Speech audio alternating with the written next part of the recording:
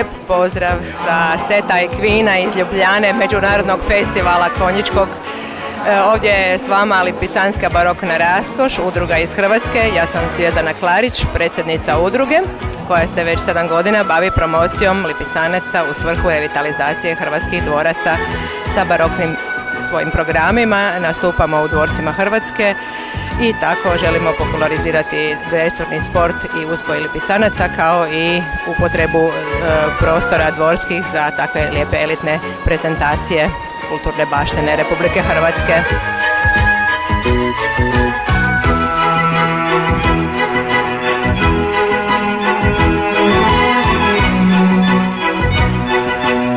Danas na večer u 9 sati ovdje će biti lipicanski bal, evo na kojem imamo čast nastupati rame uz rame sa Ergelom Lipica i Udruženjem uzgajivača lipicanskih konja Republike Slovenije.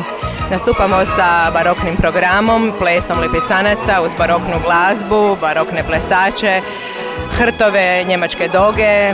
Vjerovatno će se publici svidjeti koliko smo do sad po reakcijama posjetitelja mogli zaključiti, pa se nadamo da će biti i ovo lijepa promocija hrvatskih lipicanaca u inozemstvu.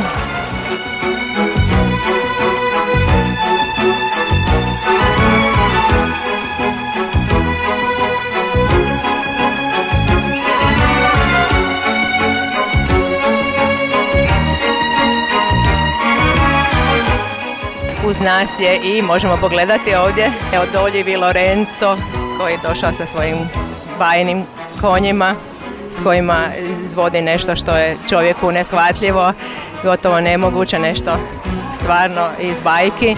Ovdje je naravno i Lipica sa svojim prekrasnim lipicancima, poznatim u cijelom svijetu. Svi zajedno želimo prikazati lipicanca onaka kakav je bio nekada i kako ga još uvijek cijeli svijet čuva za buduća pokoljenja.